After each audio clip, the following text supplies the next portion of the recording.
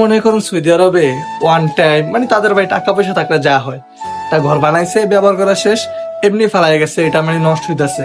আসসালামু আলাইকুম গাইস, কি অবস্থা সবার? তো একটা জিনিস আপনাদেরকে দেখাই, এই যে দেখেন রাস্তার পাশেই সৌদি আরবে একটা কাঠের ঘর। তো এই দেশে কিন্তু সচরাচর এরকম দেখা যায় না। এই যে ঘরটা আমার কাছে অনেক ভালো লাগতেছে, মানে সৌদি আরবে কিন্তু তেমন কাঠ নাই, তারপরে যে হঠাৎ করে এরকম দেখলাম, দেখতে পাচ্ছেন এই যে।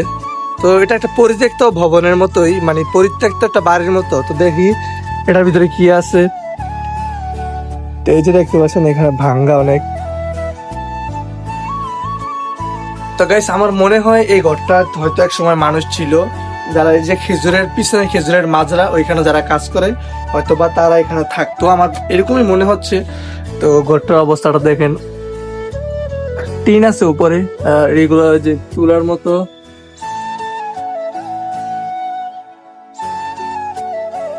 তুলাগুলো দেখেন গাইস কিরকম দেখা যাচ্ছে।